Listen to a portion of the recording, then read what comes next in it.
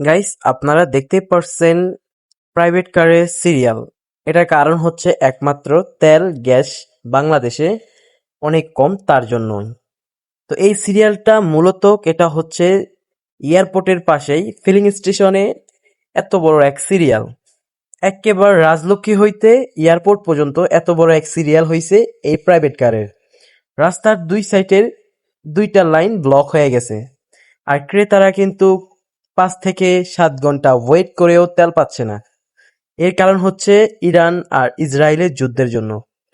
তবুও শোনা গেছে অনেক খবরেই ইরানে বাংলাদেশের তেলের ঘাটতিগুলো ছেড়ে দিছে বা তেলের লঞ্চগুলো ছেড়ে দিছে। তবুও কেন বাংলাদেশে এত পরিমাণ তেল এবং গ্যাসের সংকট?